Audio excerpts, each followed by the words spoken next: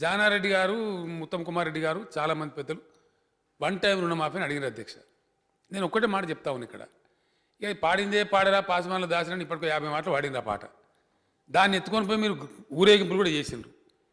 ఆయన లేరు ఇప్పుడు, పాపం వెంకటరెడ్డి గారు చనిపోయారు. వెంకటరెడ్డి గారు అన్నప్పుడు పెద్ద ఎడ్ల బండి కట్టి ఖమ్మంలో పెద్ద ఊరేగింపులు తీసిండ్రు, రైతు భరోసా యాత్ర అని పేరు పెట్టి.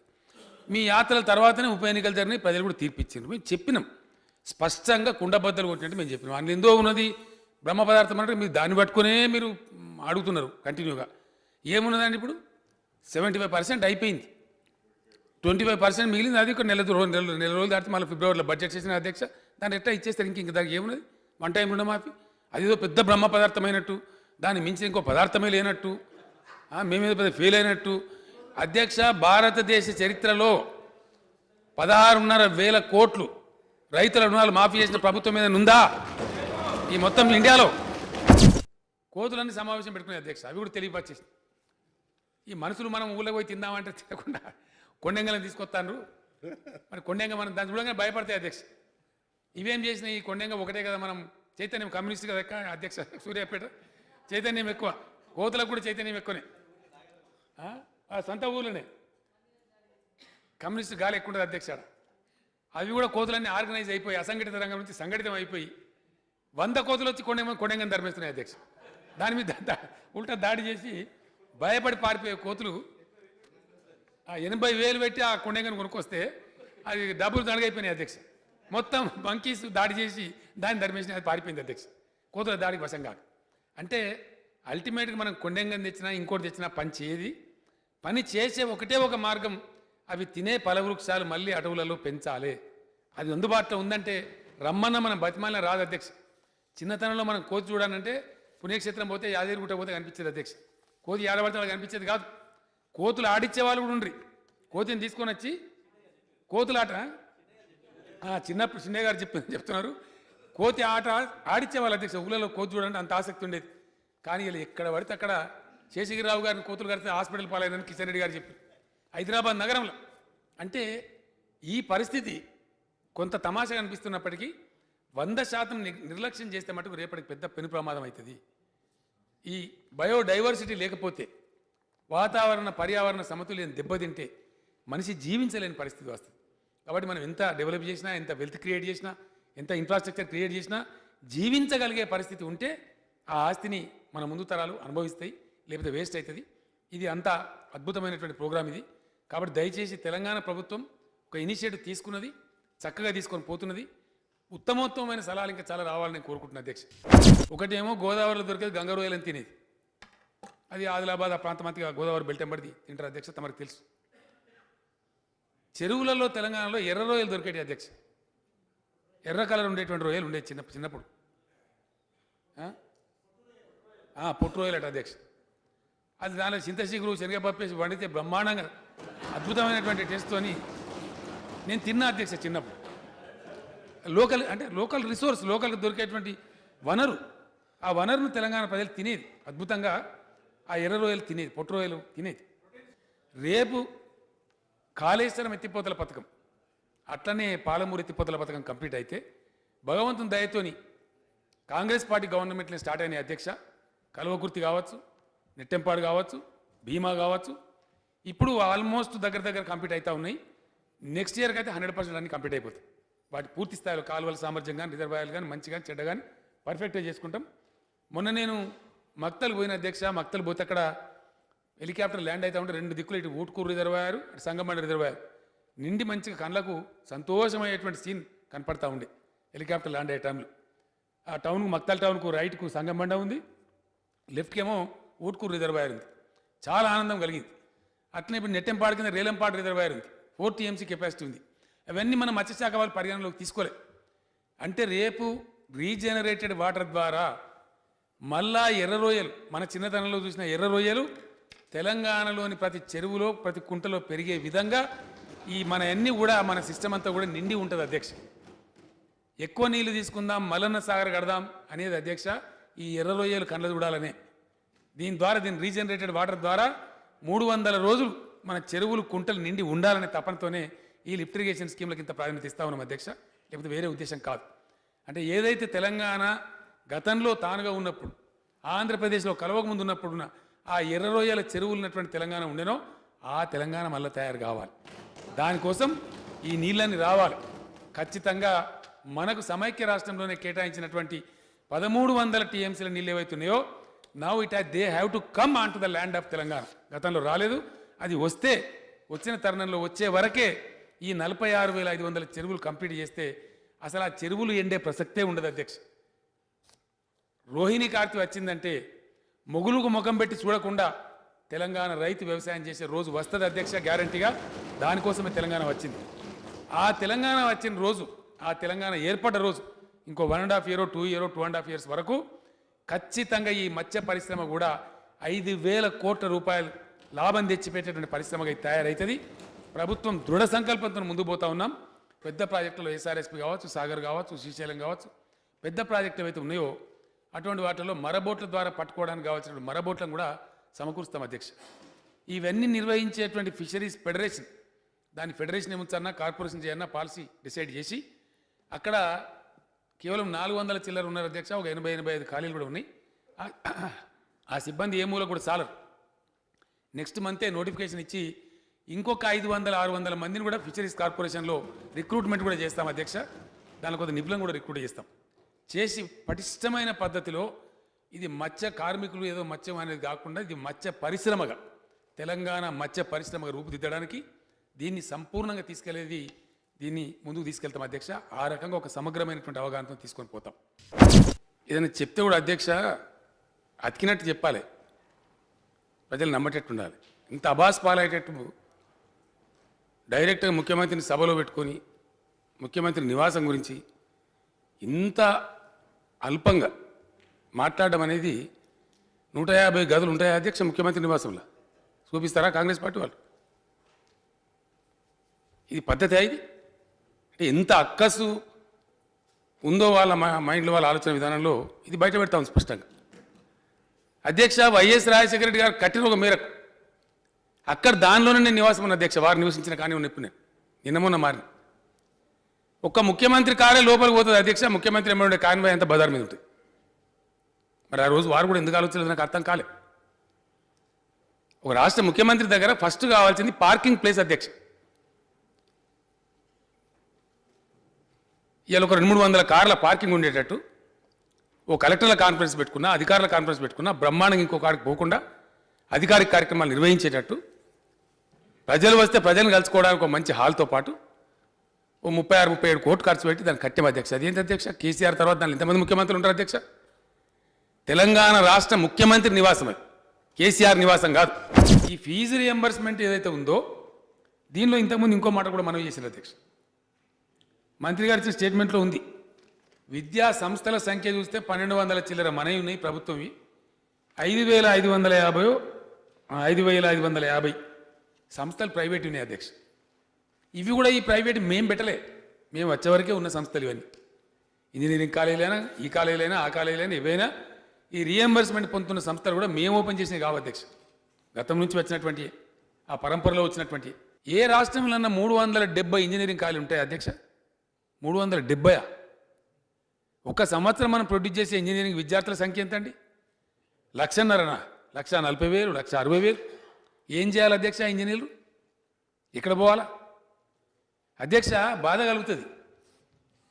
పోలీసు డీజీపీ వచ్చి నాకు చెప్పిండు అధ్యక్ష, పోలీసు కానిస్టేబుల్ ఉద్యోగాలకు పెడితే 36,000 మంది ఇంజనీరింగ్ అధ్యాపకులు, ఇంజనీరింగ్ గ్రాడ్యుయేట్స్ పోలీసు ఉద్యోగాల కోసం, పోలీసు కానిస్టేబుల్ ఉద్యోగాల కోసం అప్లికేషన్ పెట్టారు అధ్యక్ష. ఒకటే ప్రొఫెసర్ అధ్యక్ష, దట్టు లేడీ ప్రొఫెసర్, 11 కాలేజీలలో ఉన్నట్టుగా పెడుతుంది అధ్యక్ష. పోనీ హైదరాబాద్లో ఉన్నది పోతే అటో ఇటో కార్లను ఆటో పోతుంది అనుకుందామంటే హైదరాబాద్లో వారే ఉంటారు, ఆదిలాబాద్లో వారే ఉంటారు అధ్యక్ష. ఎట్లా సాధ్యమైతే అధ్యక్ష? ఆమె డబుల్ యాక్షన్ చేస్తుందా? మనం బీఈడి కాలేజీల సంఖ్య తగ్గించే అవసరం ఉంది, డెఫినెట్గా తగ్గించాల్సిన అవసరం ఉంది. ఎందుకంటే ఏటా మీరు ఎన్ని వేల ఆ గ్రాడ్యుయేట్లను ప్రొడ్యూస్ చేస్తున్నారో, డిఏడ్ బిఎడ్ ఇదంతా అన్ని ఉద్యోగాలు మీరు ఇస్తారండి? 42,000 మందిని ప్రొడ్యూస్ చేస్తున్నాం ఎవ్రీ ఇయర్ అంటే ఏమవుతుంది అధ్యక్ష? వాళ్ళు పాస్ కావాలి, చదవాలి. ఆయన ఇంకో దానికి ఎలిజిబుల్ కాడుగా, టీచర్ దానికి ఎలిజిబుల్ అవుతాడు. గవర్నమెంట్ అన్ని ఉద్యోగాలు లేవు, రిటైర్మెంట్ సంఖ్య 2-3% ఉంటుంది. అప్పుడు ఏం చేయాలి? వాళ్ళు రోడ్ల మీద పడాలి, ఇక ధర్నాలు చేయాలి. దానికి ప్రతిపక్షంలో నాయకత్వం వహించాలి. ఇది ఒక స్టీరియోపోనిక్ దందా అయిపోయింది ఈ రాష్ట్రంలో. కాంగ్రెస్ అధికారంలో ఉంటాయి టీడీపీ ధర్నా, ఇంతకుముందు టీడీపీ అధికారులు ఉంటాయి కాంగ్రెస్ ధర్నా. కానీ ఉద్యోగాలు వచ్చినాయా? అయిపోయినాయా? ఇద్దరు కలిసి మా మీద ధర్నా. దిస్ స్కీమ్ కాస్ట్ ఎంత అంటే ఇది డైనమిక్ ఫిగర్ అధ్యక్ష. బడ్జెట్లో పెట్టి చెప్పడానికి కూడా వీలుగాని సమస్య. ఎందుకంటే మారుతూ ఉంటుంది విద్యార్థుల సంఖ్యను బట్టి, కాలేజీల సంఖ్యను బట్టి డైనమిక్ సిచ్యువేషన్. ఇది నాకు అర్థమైన కాడికి అధ్యక్ష 2000 నుంచి 2500 కోట్ల మధ్య ఎవ్రీ ఇయర్ ఎక్స్పెండిచర్ ఉంది. ప్రతి సంవత్సరం 2 నుంచి 2.5 వేల కోట్లు. ఈ 2.5 వేల కోట్లు మొయ్యలేనంత దుస్థితిలో రాష్ట్ర ప్రభుత్వం లేదు అధ్యక్ష. Nothing great. అంత పెద్ద డబ్బు కాదు, అంత భరించలేనిటువంటి భారం కూడా కాదు. జరుగుతున్నది ఏంది? ఈ స్కీమ్ పెట్టిన పద్ధతి అధ్యక్ష, దీనికి అటెండెన్స్ పెట్టిండ్రు, మేం పెట్టలే. మేము అందుకే చెప్పినాం యథాతథంగా అమలు చేస్తున్నామని, ఏం మార్చలే. ఇది పెట్టిందంతా కూడా గతంలో ఉన్నటువంటి ఆంధ్రప్రదేశ్ రాష్ట్రాన్ని పరిపాలించిన కాంగ్రెస్ ప్రభుత్వం, వైఎస్ రాజశేఖర రెడ్డి గారు తెచ్చిన స్కీమ్. దాన్ని యథాతథంగానే మేము ఏం డిస్టర్బ్ చేయలేదు అధ్యక్ష, యాజ్ ఇట్ ఈజ్ కొనసాగిస్తున్నాం. ఎందుకు యాజ్ ఇట్ ఈజ్ కొనసాగించవలసి వచ్చిందంటే దాని సిస్టమ్ ఎట్లుంది. ఈ ఫీజు రియంబర్స్మెంట్ పథకం పెట్టిందే అట్లా. వాళ్ళు స్టార్ట్ చేసిన నుంచి ఏ ఒక్క సంవత్సరంలో కూడా మొత్తం క్లీనప్ చేసి వచ్చినటువంటి సందర్భం లేదు అధ్యక్ష. అవకాశం లేదు. స్కీమ్ అట్లు అటెండెన్స్ చూడాలా, పాస్ కావాలా, విద్యా సంస్థలు కానీ విద్యార్థులు కానీ అప్లై ఎప్పటిదాకా చేసుకోవాలా అధ్యక్ష. నేను మొన్న ఈ ఇష్యూ మన మిత్రులు బట్టి విక్రమార్క గారు బీఎస్సీలో చర్చ చేద్దాం, ఈ అంశం చర్చ అన్న తర్వాత నేను అధికారులను పిలిచి మాట్లాడి వాళ్ళు చెప్తే నాకే అంత ఆశ్చర్యం అనిపించింది, పద్ధతి బాగలేదని చెప్పింది. ఎట్లా అంటే అధ్యక్ష ఫిబ్రవరి దాకా, ఇంకా ముందుకు ఫిబ్రవరి దాకా కూడా అప్లై చేస్తూనే ఉంటుంది, రిజిస్ట్రేషన్ అయితేనే ఉంటుంది. Registrations are on. ఎందుకంటే అట్లా అట్లా అదే పద్ధతి పెట్టినారు. ఇవ్వకపోతే మరి ఇప్పుడు ఏమంటారు, అగ మేము రిజిస్టర్ చేసుకుని మాకు ఇవ్వలేదు, మమ్మల్ని ముంచేయడానిక, ఈ విద్యార్థులను దొక్కేయడానిక, అవకాశం ఇయ్యరా, రిజిస్ట్రేషన్ చేసుకొని ఇయ్యరా అని మళ్ళీ అదొక పెద్ద అపవాదం. కాబట్టి ఈ సంవత్సరానికి సంబంధించిన రిజిస్ట్రేషన్స్ ఇంకప్పుడు కొనసాగుతూ ఉంది. అది ఫైనల్ అయితే మళ్ళీ దాన్ని పోతూ ఉంటుంది.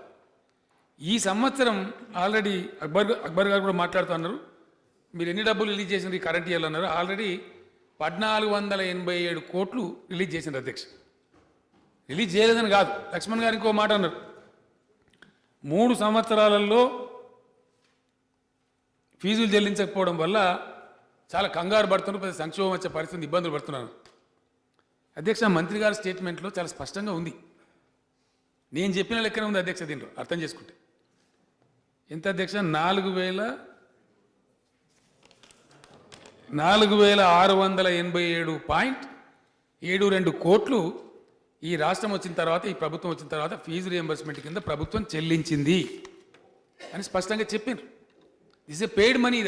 ఇదేదో అబద్ధాలు చెప్పడానికి ఇంకోటి చెప్పడానికి ఉండదు అధ్యక్ష. ఇది audited money paid by the government. And మనకి ఏమర్థమైంది అధ్యక్ష, 4,687 కోట్లు ఆల్రెడీ గవర్నమెంట్ చెల్లించింది అంటే సేమ్ నేను చెప్పిన 2,000 నుంచి 2,500 మధ్య ప్రతి సంవత్సరం ఎక్స్పెండిచర్ ఉంది. అండ్ ఈ సంవత్సరం మరొక 1,400 కోట్లు చెల్లించడం మిగతా ప్రాసెస్ అధ్యక్ష. ఇది జరుగుతూనే ఉంటుంది. క్వార్టర్లీయో మంత్లీయో సందర్భాన్ని బట్టి రిలీజ్ చేస్తూ ఉంటారు, జరుగుతూనే ఉంటుంది. అది ఇన్స్టిట్యూట్లకు తెలుసు, విద్యార్థులకు తెలుసు, గవర్నమెంట్ కూడా తెలుసు అధ్యక్ష. అందరూ తెలుసు. దీన్ని ఏ రాద్ధాంతం లేదు, సిద్ధాంతం లేదు. తెలంగాణలో ముస్లిం సోదరులు చాలా సందర్భాలు నాకు కలిసినప్పుడు, మొట్టమొదటి అధ్యక్ష నాకు అనుభవం ప్రత్యక్షంగా ఉంది. 85లో నేను ఎమ్మెల్యే అయినప్పుడు ఒక ముస్లిం మిత్రుని పెళ్ళికి పోతే బజార్ మీద పెట్టిన అధ్యక్ష భోజనం, మోరీ మీద చేయగడుకోవాలి. ఇదేందా అంటే ఎవరు చూస్తారు సార్, మమ్మల్ని ఎవరుగా అంటారు, మాకు ఎక్కడేం లేదన్నారు. ఒక్క షాదీఖానా కట్టియాల సిద్దిపేటలో అని చెప్పి నా చెప్పులు అరిగిపోయినాయి అధ్యక్ష తిరిగి. అప్పుడు కంబైన్డ్ స్టేట్లో ఫారూక్ గారు అని చెప్పి నంద్యాల ఎమ్మెల్యే ఉండేవారు, మీకు కూడా మిత్రులేవారు. వారు మంత్రిగా ఉంటే వారి నుంచి కాలేదు. ఢిల్లీ వక్ఫ్ బోర్డు ఇస్తారంటే ఆడికి పోయినా అక్కడ కాలేదు. బేజార్ అయిపోయిన అధ్యక్ష కాలే. చివరికి ఒక సందర్భం వచ్చినప్పుడు ముఖ్యమంత్రి గారు అప్పుడు ఎన్టీ రామారావు గారికి మన ఎన్ జనార్దన్ రెడ్డి గారు కాన్స్టిట్యూన్సీ డెవలప్మెంట్ ఫండ్ అని ఇస్తే అప్పుడు స్టార్ట్ చేసి ఒక 35 లక్షలతో షాదీఖానా కట్టినాం అధ్యక్ష. ఆ రోజు నుంచి ఈ రోజు వరకు కూడా చాలా సందర్భాలలో जब कभी हमारे मुसलमान भाइयों से या बहनों से बात करता हूँ, एक मायूसी वो लोग एक्सप्रेस करते हैं, हमारे कौन देखते भाई, हमारे से क्या होता भाई, हमारे को तरक्की नहीं होता भाई आने वाले।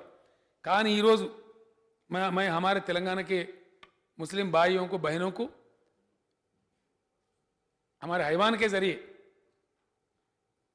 Through you sir I assure all my Muslim brothers and sisters of Telangana that Telangana government is keen for the development of the Muslim community of Telangana 100%. मायूसी छोड़ दो, आपके साथ तेलंगाना सरकार है, बिल्कुल आप तरक्की होना चाहिए। खुद ही को कर बुलंद इतना, हर तकदीर से पहले खुदा खुद बंदा से पूछे बता तेरी रजा क्या है। तो इस हिसाब से बिल्कुल अपने आप में हिम्मत रखिए, मायूसी छोड़ दीजिए और आगे बढ़ के एक सुनहरा तेलंगाना बनाने में आप भी भागीदार हिस्सेदार बनिए। बिल्कुल सरकार आपके साथ रहेगी। इतना कहते हुए मैं रुखसत होता हूँ। అధికార పార్టీకి ఒక నీతి, ఇంకో పార్టీకి ఒక నీతి కాదు అధ్యక్ష. అందరు శాసనసభ్యులకు 400 ఇచ్చినాం మొదటి ఫేజ్లో. రెండవ దానిలో 1,00,000 ఇండ్లు హైదరాబాద్కు, మిగిలిన 1,00,000 ఇండ్లలో 1000 ఇండ్లు ప్రతి నియోజకవర్గానికి ఇచ్చినాం అధ్యక్ష. అంటే ప్రతి నియోజకవర్గానికి ఇలా డబుల్ బెడ్రూమ్ హౌసెస్ 1400 ఇండ్లు శాంక్షన్ అయి ఉన్నాయి. నా ప్రార్థన దయచేసి మీకు కొంత సరళీకృతం చేస్తాం. ఆ డిపాజిట్ కానీ మంచి కానీ చెడ్డ కానీ వాటిని ఎవరి నియోజకవర్గంలో వారు ప్రయత్నం చేస్తే కూడా ఎక్కువ ప్రోగ్రెస్ వచ్చేటువంటి ఆస్కారం ఉంటుంది. గౌరవ శాసనసభ్యులు కూడా దయచేసి తమ తమ నియోజకవర్గాలలో అక్కడ ఉండబడే లోకల్ కాంట్రాక్టర్స్ కానీ మీ యొక్క లోకల్ మేసన్స్ సొసైటీస్ కూడా ఉంటాయి, వాళ్ళని కూడా చేసినట్టయితే జరుగుతుంది. అన్ని ప్రాంతాలు సమాంతరంగా డెవలప్ చేయాలనే ఉద్దేశంతో ప్రభుత్వం ఉన్నది, కానీ కొన్ని చేసి కొన్ని చేయొద్దని లేదు. అందువల్ల ఇలా మిషన్ భగీరథ పెట్టినా అన్ని ఇంటింటికి నల్లా అని చెప్పినాం అధ్యక్ష. ఈచ్ అండ్ ఎవ్రీ హౌస్కు నల్లా ఇస్తామని చెప్పినాం తప్ప పలానా దగ్గర ఇస్తాం పలానా దగ్గర ఇవ్వమని చెప్పలే. అట్లా డిమాండ్ జస్టిఫుల్గా వచ్చినప్పుడు అన్నీ కూడా తీసుకుంటూ అందరినీ సమన్వయం చేసుకుంటూ పోతూ ఉన్నాం. పక్షపాత వైఖరి కానీ ఇంకో వైఖరి కానీ అవలంబించే పద్ధతి ఈ ప్రభుత్వానికి లేదు. మనం నేషనల్ హైవేస్ తెచ్చినా ఇంకోటి తెచ్చినా అన్ని జిల్లాలు కవర్ అయ్యేటట్టు అన్ని ప్రాంతాలు కవర్ అయ్యేటట్టు చేసినాం. ఈ డబుల్ బెడ్రూమ్ ఇల్లు కూడా అందరికి కవరేజ్ చేసేటట్టుగా ఉంది. కాబట్టి ఆరోపణలు ప్రత్యారోపణలు కాకుండా మనం ఒక పాజిటివ్ కార్యక్రమాన్ని ప్రజలకు అందించే విధంగా తీసుకుపోయే దానిలో గౌరవ సభ్యులందరూ కూడా దయచేసి ప్రభుత్వాన్ని సహకరించాలని కోరుకుంటూ, ప్రజలకు విషయం తెలియాలని చెప్పిన ఒక బాధ్యత గల వ్యక్తిగా నేను మీ అందరిని ఒకటే ప్రార్థిస్తా ఉన్నా. చాలా నష్టపడి చాలా కష్టపడి చాలా గోసపడి అవన్నీ భరించలేకనే తెలంగాణ సమాజం ఇలా తెలంగాణ తెచ్చుకున్నది. ఈ తెచ్చుకున్న తెలంగాణ, ఈ వచ్చిన తెలంగాణ పచ్చబడాలి, ప్రాజెక్టులు సత్వరం పూర్తి కావాలి. దయచేసి ఇప్పటికైనా మీ వైఖరులు మార్చుకోండి. గవర్నమెంట్ ఏం చేస్తుంది అధ్యక్ష? ఏ ప్రత్యామ్నాయం ఉంటే ఆ ప్రత్యామ్నాయం పోతుంది. ఎస్, ఇలా కొందరు సృష్టించిన రభస వల్ల నిలబడతామా అధ్యక్ష? బీరిపోతామా? ఆగిపోతామా? ప్రాజెక్టులు ఆపుతామా? Question does not arise. ఏ మార్గం ఉంటుందో ఆ మార్గం అవలంబించి 100కు 100% ఆ ప్రాజెక్టులు పూర్తి చేసి తీర్థం అధ్యక్ష. ఇలా కాళేశ్వరం లోయర్ మానేర్ మిడ్ మానేర్ ద్వారా మల్లన్న సార్ రావడానికి 2017 డిసెంబర్ టార్గెట్గా పెట్టుకున్నాం అధ్యక్ష. నీళ్లు రావాలి, ఇక్కడ దుంకాలి. ఆ ప్రకారంగా ముందుకు సాగుతున్నాం. 4 నెలలు 6 నెలల ముందు వచ్చినా ఎట్టి పరిస్థితుల 18 జూన్లో మాత్రం గోదావరి నీళ్లతోని కంపల్సరీ ఉత్తర తెలంగాణ మొత్తం తడిపి చూపిస్తాం అధ్యక్ష. వరంగల్ జిల్లాలో 2 పంటలు పండించి చూపిస్తాం అధ్యక్ష. కరీంనగర్ వరంగల్ జిల్లాలు ఈస్ట్ వెస్ట్ గోదావరి కంటే ఏమాత్రం తీసిపోకుండా ఉండే విధంగా బ్రహ్మాండంగా తయారు చేస్తాం. దానికోసం మేము తపన పడుతున్నామండి, వేరే దానికోసం కాదు. ఇప్పటికైనా నా ప్రార్థన, రాష్ట్రానికి ఉపయోగించే చట్టం ఇది, రైతులను ముంచే చట్టం కాదు. 2013 కన్నా ఎక్కువ లాభం చేసే చట్టం ఇది. ఎస్, డెఫినెట్గా నేను చెప్తున్నా. మా జీవో 123 ఉన్నది. Which way it is inferior to 2013. If any member is telling, any member is coming forward, we're ready to hear and we're ready to reply. 2013 చట్టం కంటే which way GO 123 is inferior? No way. Only thing is దాంట్లో అన్ని వినాలి అధ్యక్ష. 3 నెలలు time ఇవ్వాలి, time lapse అవుతూ ఉంటుంది. దీంట్లోనేమో తొందరగా అయిపోతుంది. 35 ఏళ్ళే ఏజ్ లిమిట్ పెట్టినారు డిపెండెంట్ వాళ్లకు. 20 ఏళ్ళ నుంచి ఇది లేదు కాబట్టి కొంచెం దాన్ని సడలించాలన్నారు. నిబంధన ఉంది, జాతీయ కోల్ విధానం అవలంబించే నిబంధన ఉంది. అయినప్పటికీ యాజ్ ఎ స్పెషల్ కేస్ ఈ డిపెండెంట్ ఉద్యోగాల కోసం 1 టైం కింద ఓదెల్ గారు కోరినటువంటి 40 సంవత్సరాలకు కూడా అనుమతిస్తాం అధ్యక్ష. ఎగ్జెప్షన్ కూడా ఇస్తామని చెప్పి నేను తెలియజేస్తా ఉన్నాను. దాని తర్వాత కిషన్ రెడ్డి గారు చెప్పిన విషయాలే చాలా సభ్యులు కూడా రిపీట్ చేసినారు అధ్యక్ష. ఒక వెంకట్రావు గారు మాత్రం ఏదో మైనింగ్ టూరిజం పెట్టాలన్నారు. తప్పకుండా ఇల్లెందులో ఎక్కడైతే ఆ బొగ్గు గనులు బొగ్గు రాళ్ళు శ్రీరాముని దర్శనం కోసం పోతున్నప్పుడు వంట వండితే ఉన్న రాళ్ళు ఉన్నాయో పాత అండర్ గ్రౌండ్ మైన్ కూడా ఒకటి పెట్టి విజిటర్స్ ఒక సందర్శనార్థం పెట్టి ఆ టూరిజం కూడా డెవలప్మెంట్ చేసే ప్రయత్నం తప్పకుండా చేస్తాం. కొత్తగూడెం అదే ఇల్లెందు కొత్తగూడెం ఆ ప్రాంతంలో which ever is suitable, most suitable, safe ఉండేది, పోయిన యాత్రికులకు ఇబ్బంది లేకుండా ఉండేటట్టు అది కూడా తప్పకుండా చేస్తారు అధ్యక్ష. ఎందుకంటే మన హిస్టరీ తెలంగాణ చరిత్ర కాబట్టి, ఉజ్వలమైన చరిత్ర కాబట్టి, భవిష్యత్ తరాలకు కూడా తెలియాలి కాబట్టి దాన్ని కూడా చేస్తారు అధ్యక్ష. జానారెడ్డి గారు చెప్తూ మీకు అధికారం ఉందా, దేని ప్రకారం చేస్తున్నారు, ఏ పద్ధతిలో చేస్తారని చెప్పిన అధ్యక్ష. ఈ చట్టం చేయటానికి రాష్ట్ర ప్రభుత్వానికి ఆర్టికల్ 254 ప్రకారం, రాజ్యాంగంలో ఉన్నటువంటి ఆర్టికల్ 254 ప్రకారం సంపూర్ణమైనటువంటి అధికారం ఉంది. నంబర్ 1. నంబర్ 2, ఇది కొత్తగా మనం చేయటం లేదు.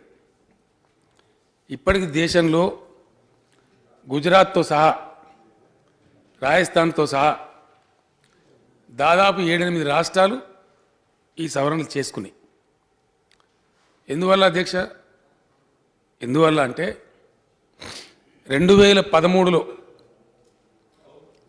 చేసినటువంటి భూసేకరణ చట్టం, కాంగ్రెస్ పార్టీ చేసిన చట్టం ఏదైతే ఉందో అధ్యక్ష, అది ఒక తాడు బొంగరం లేని వాళ్ళు కూర్చొని చేసిన అధ్యక్ష. వినాలి వినాలి వినాలి, తొందర ఎందుకు పడతారండి? Please silence. వినాలి కదండి. సరే, ఆ చట్టం చేసిన వాళ్ళు అధ్యక్ష అధ్యక్ష కూర్చోండి. విషయం ఏంటంటే అన్ని పక్షాలు చేసే వాదన కూడా ప్రజలు వింటున్నారు అధ్యక్ష. నేను కూడా ప్రజలకు వాస్తవాలు తెలవాలని సభకు వచ్చిన. ఎస్, ఐఎమ్ సేయింగ్ అండి, I have the right. If you any objection you take the mike and say. ఇస్తారండి, మీరు కూర్చోండి. I'm on my legs, I'm not yielding, I'm on my legs. I want to put the facts to the people. అధ్యక్ష, వారికి time ఇవ్వండి. నేను చెప్పిన తర్వాత వారు ఏం చెప్పదలుచుకున్నా చెప్పనియండి. We will also hear him. అధ్యక్ష, ఇవాళ రాత్రి 12 అయినా పర్వాలేదు, ఈ చర్చ పోవాల్సిన జనానికి అసలు ఏం జరుగుతుందో, వాస్తవాలు ఏందో పోయిన తర్వాతనే మేము కూడా అధ్యక్ష, మాకు మందబలం ఉంది, మెజారిటీ ఉంది అని మేము కూడా బుల్డోజ్ చేయదలుచుకోలే. జీవన్ రెడ్డి గారు చాలా సీనియర్ శాసనసభ్యుడు. ఆయన ఆక్రోశం ఏందో వాళ్ళకి అర్థమైతలేదు. ఏం చెప్పదలుచుకున్నాడని నాకు అర్థం కాదు. ఈ పిశాచి స్వైర విహారం చేస్తున్నప్పుడు ఆయన కూడా క్యాబినెట్ మంత్రి. అందరం ఉన్నామండి, ఎవరు లేరు. ఏం చేసినాం అన్నాడు మరి. అది కాదండి, ఎందుకు అదే సిఆర్ గారు ప్లీజ్.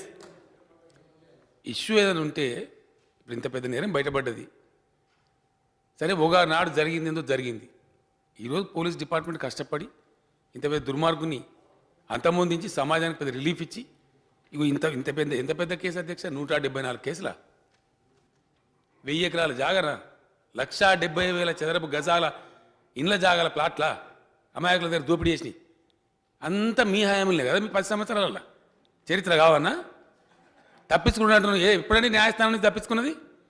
న్యాయస్థానం నుంచి తప్పించుకోవడానికి సాక్షిగా ఉండి అప్రూవర్ బారిన వ్యక్తిని మీ ప్రభుత్వం డీజీపీగా నియమించింది. మాట్లాడదామా అవన్నీ? వాటన్నిటిలో పోదామండి. అర్థవంతమైన చర్చ చేస్తే మంచిది అని నీ మీద నా మీద ఏదో ఇట్లా బట్టగాల్చి మీద ఏమైనా అయితే అనుకుంటే యువతల వాళ్ళకి లేదా ఇక మాట్లాడేది. అది కాదు పాయింట్, కాదు, విజ్ఞత అనిపించుకోదు. ఒక దుర్మార్గం జరిగింది, చాలా పెద్ద నేరం జరిగింది, దాన్ని ఒక కొలిక్కి తీసుకొచ్చిండ్రు. తదనంతరం ఏం చేయాలి, ప్రజలకు ఎట్లా రిలీఫ్ రావాలి, మంచి ఏంటి అనేది మాట్లాడాలి. కానీ ఎవరి మీద నూకుదాం, ఎవరి మీద నొప్పేద్దామంటే మీరు పెద్ద అపవిత్రంగా ఉన్నట్టు, మీకు సంబంధమే లేనట్టు చాలా ఉంది మరి భాగవతం అట్ట అంటే.